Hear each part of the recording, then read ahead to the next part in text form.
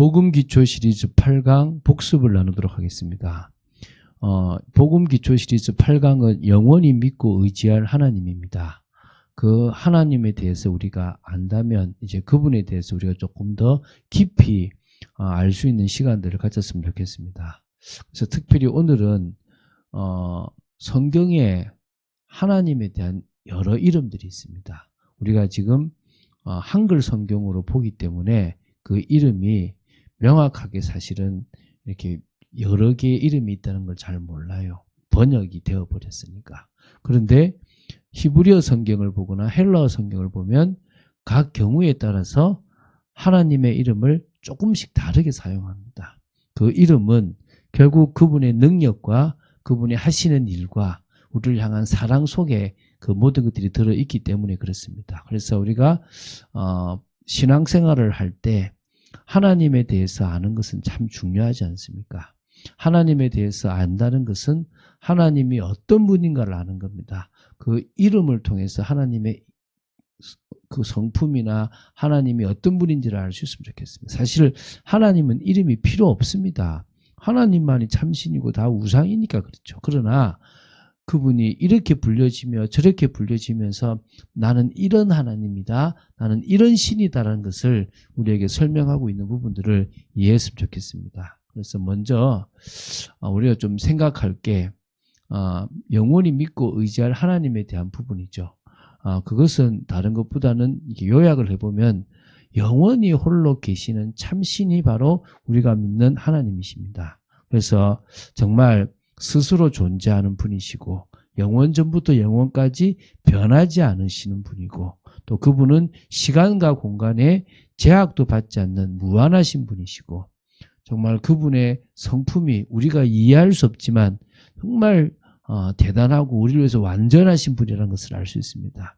우리는 그분의 성품 중에서 우리가 같이 그분의 성품을 닮은 부분도 있기 때문에 우리가 하나님을 더 알아갈수록 우리는 더 풍성한 축복을 누리게 되고 하나님은 또 우리가 하나님을 더 알기를 원하십니다. 그래서 그럴 때 우리는 진정으로 하나님이 기뻐하시는 믿음의 삶을 살아갈 수 있다는 것입니다. 그게 8강에 대한 요약입니다. 자, 그러면 이제 우리가 이제 그 복습으로서 볼 게 하나님의 이름입니다.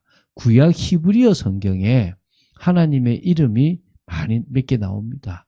그 몇 가지 그 이름들을 통해서 하나님이 어떤 분이시고 또 우리가 어떻게 그분을 믿어야 될지를 알게 되었으면 좋겠습니다.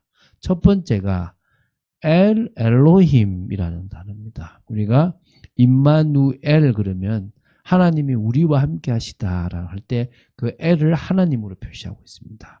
베델 그러면 뭡니까? 하나님의 집입니다. 그때 엘이 뭡니까? 하나님이죠. 물론요 팔레스타인 그때의 그곳에 그 하나님을요 우상하고 똑같은 수준으로 만들어 버리기도 했습니다. 그러나 그렇게 한다고 해서 하나님의 이름이 땅에 떨어지지는 않습니다. 우리나라에 하나님에 대한 이름이 하늘님으로 바뀐다고 해서 그 하늘에 그냥 계신 바다의 신, 산에 있는 신, 하늘에 있는 신 이런 개념의 그런 신으로 바뀌어져 버리는 것하고는 다른 진짜 하나님만이 참 하나님이십니다. 근데 그 중에 이제 창세기 1장 1절에 엘로힘이라는 게 나와요. 이 엘로힘은 태초에 하나님이 천지를 창조하시다 할 때 나오는 하나님입니다. 하나님의 무엇을 설명합니까? 바로 위엄, 하나님의 창조, 또 하나님의 능력을 강하게 나타내주는 그런 호칭이라고 보시면 됩니다. 그 능력을 가지고 창조하셨어요. 그 위엄을 가지고 하나님은 이 세상 만물을 창조하셨다니까요. 믿으십니까?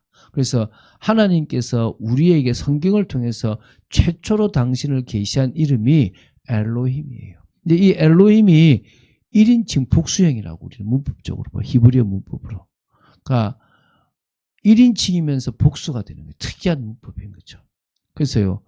그분은 성부, 성자, 성령으로 계시잖아요. 나중에 알게 되었지만 스스로 그 이름 자체에서도 복수형이라는 것들을 그래서 한 분이시지만 삼위로 한 하나님이시지만 삼위로 계신 것들도 표현되어 있습니다. 그래서 우리가 그분을 알아갈 때 우리는 그분에 대해서 제대로 믿고 인도받을 수 있는 거죠. 이 엘로힘이라는 단어가 구약 성경에 약 한 2500회 이상 사용되었다고 보시면 됩니다. 자, 그리고 그 다음 우리가 알아야 될 단어가 엘론입니다. 엘론. 지극히 높으신 하나님이다. 이런 뜻입니다. 주로 창세기 14장에 아브라함이 고백했습니다. 지극히 높으신 하나님. 정말 이 축복을 사실적으로 우리가 받아들일 수 있습니다. 바로 이 하나님의 능력이 누구를 통해서요?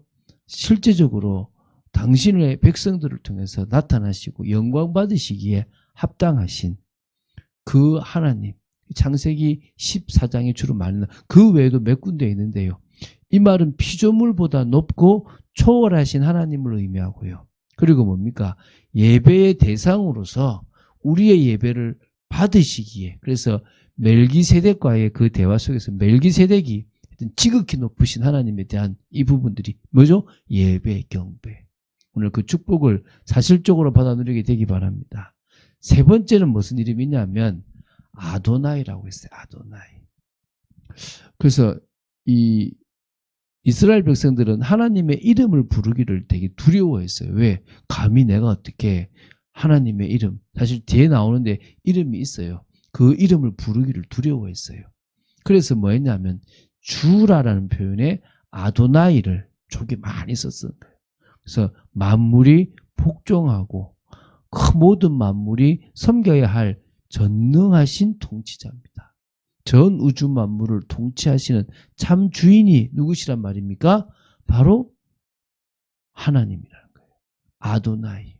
그래서 우리가 매일마다 아도나이 엘로힘, 아도나이 여호와, 우리의 주가 되십니다. 주 하나님, 주 여호와. 오늘 우리가 그 고백이 돼야 되겠죠. 나의 주입니다. 아도나이. 오늘 그 고백이 매일 당신의 뜻이라면 내가 그것에 순종합니다. 당신의 뜻이라면 내가 그것에 복종합니다. 진정으로 그 고백이 되어져서요. 일상적인 이름으로 주여 주여. 그래서 그 주께서 역사하시는 그 은혜가 늘 있게 되길 바랍니다. 그리고요. 네 번째는요. 샤다이, 엘샤다이. 그래서 전능자, 전능하신 하나님. 이 표현이요. 그분의 힘과 그분의 능력, 못하실 것이 없는 하나님. 하나님은 당신이 하시고자 하는 일을 반드시 하실 수 있는 능력의 하나님. 그게 뭐란 말입니까? 엘샤다이. 전쟁에 능하시고 우리를 모든 전쟁과 모든 사단의 권세에서 구원해 주실 수 있는 엘샤다이. 전능하신 하나님, 능력의 하나님입니다. 그래서 자기 백성에게 위안과 복을 주시는 그 하나님이 하늘과 땅의 모든 권세를 소유하신 전능하신 분이십니다. 우리에게 위로와 평안을 주실 수 있을 만큼 그 모든 상황 속에서도 지켜내십니다. 그 모든 주권을 쥐고 계시다라고 볼 수 있습니다. 오늘 우리는 그 하나님을 나의 아버지로 믿지 않습니까? 할렐루야. 오늘 그분에 대한 사실적인 믿음이 여러분에게 있게 되길 바랍니다. 그리고 우리가 기억해야 될 이름입니다. 여호와. 어떤 사람은 야훼라고 이야기하기도 하죠. 지금 히브리어가 이스라엘에 살아 있습니다. 그래서 히브리어를 가지고 그들은 사용하고 있습니다. 그래서 여러분들이 구글 번역에도 보면은 히브리어로 읽을 수도 있습니다.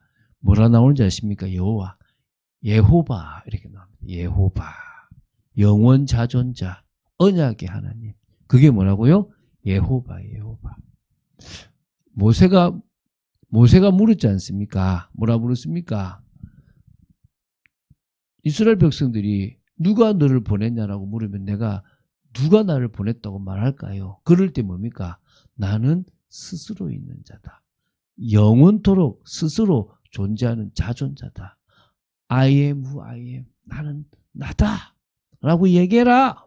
그러면서 얘기하죠. 나는 언약의 하나님이다. 나는 출애굽기 3장 14, 15절이 뭡니까? 아브라함과 이삭과 야곱의 하나님이다. 나는 너희들의 조상과 언약을 맺은 하나님이다. 그래서 여러분 성경에서요. 이걸 한글도 여호와라고 번역됐죠. 예호바라고. 뭘 말이죠? 바로 나는 언약의 하나님이다. 그래서 언약과 관계될 때는 꼭 여호와가 나와요. 근데 왜 이거를 여호와라 그러기도 하고 야훼라 그랬냐? 이게 사실은 죽은 언어가 히브리어예요. 쓰지 않았으니까. 근데 그것을 살려낸 게 지금 이스라엘이에요.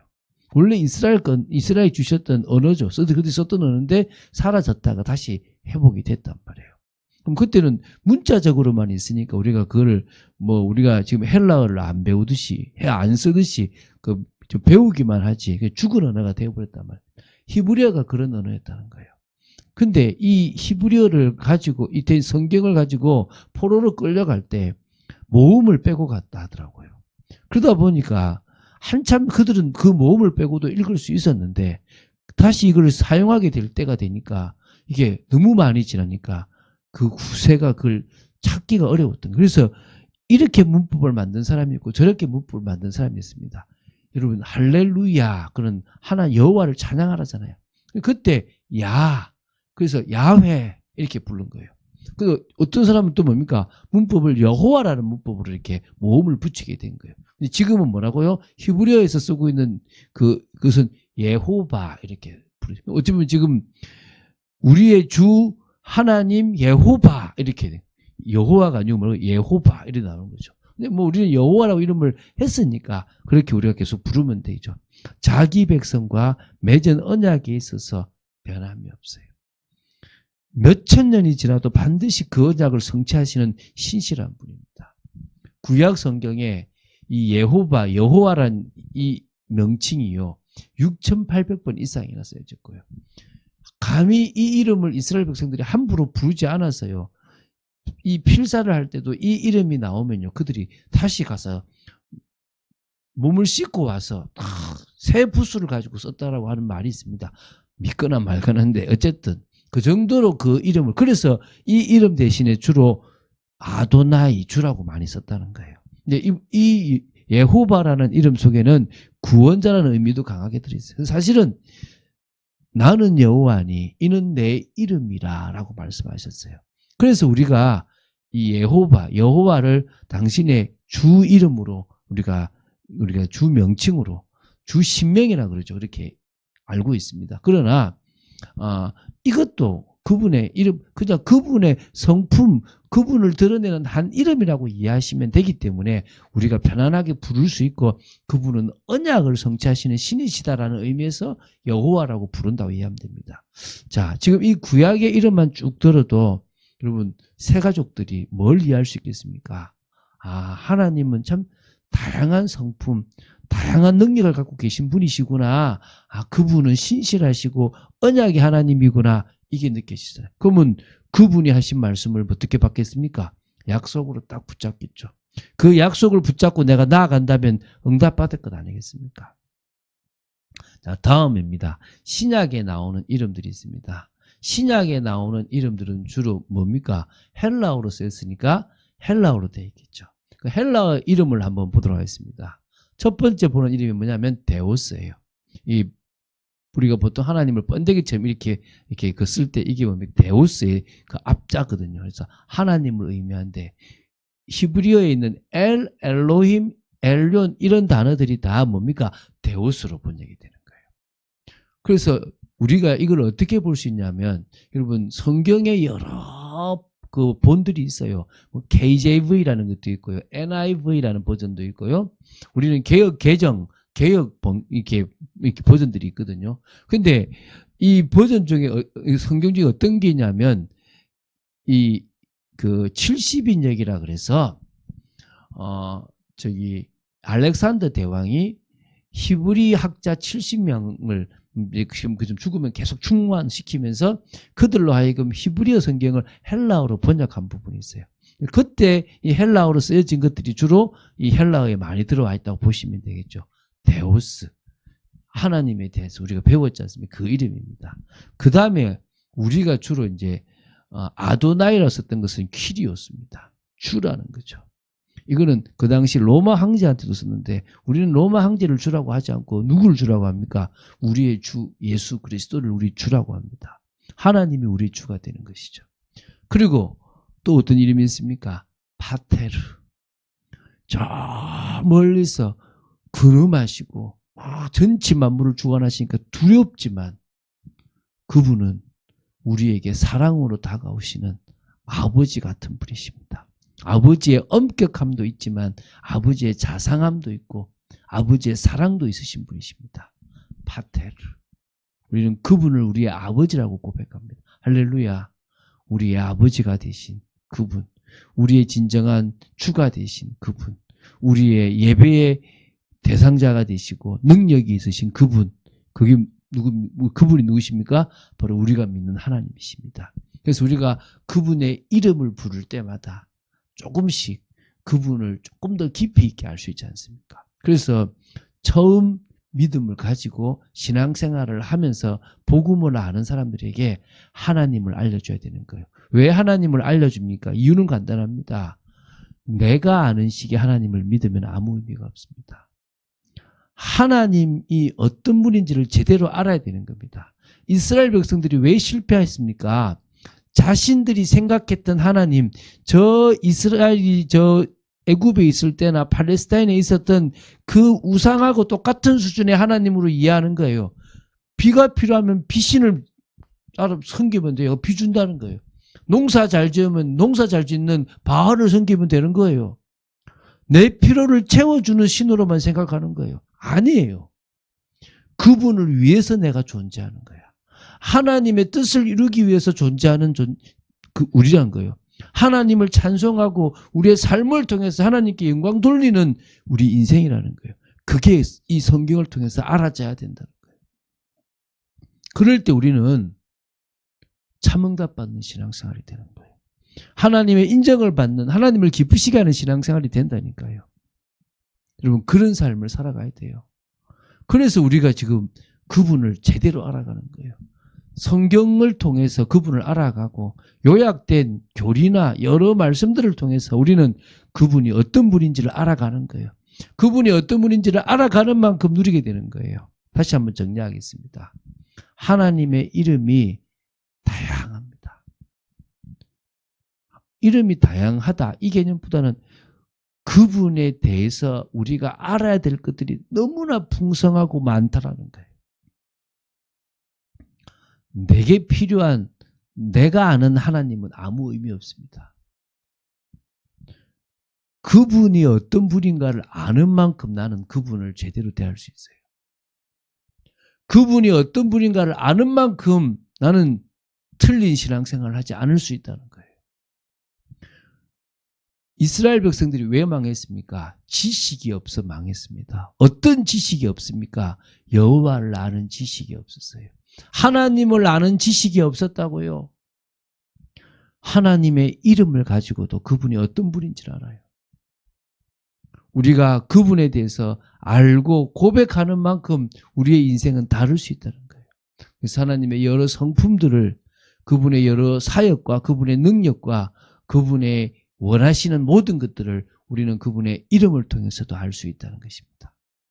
하나님은 그런 우리의 인생이 되길 원하시는 겁니다. 자, 정리하겠습니다. 신앙생활에서 하나님을 아는 것은 너무너무 중요합니다. 하나님을 만나야 되고 하나님의 풍성한 축복을 누려야 됩니다. 우리는 하나님이 우리에게 형상을 주시면서 교제하고 하나님을 대신하여 이 세상 만물을 다스리는 존재로 우리에게 그 권한을 주셨지 않습니까? 그렇다면 우리는 그 모든 일들을 하기 위해서 하나님과의 교제를 해야 되고 하나님과의 그 은혜의 영적 소통이 있어야 됩니다. 그러려고 하니까 우리는 하나님이 어떤 분이시고 하나님이 정말 바라시는 것이 무엇인지를 제대로 알고 믿음으로 나아가야 될 줄로 믿습니다. 그런 축복을 이번 복습을 통해서도 사실적으로 누리고 참응답으로 누리는 여러분 되시기를 주 예수 그리스도 이름으로 축원드립니다.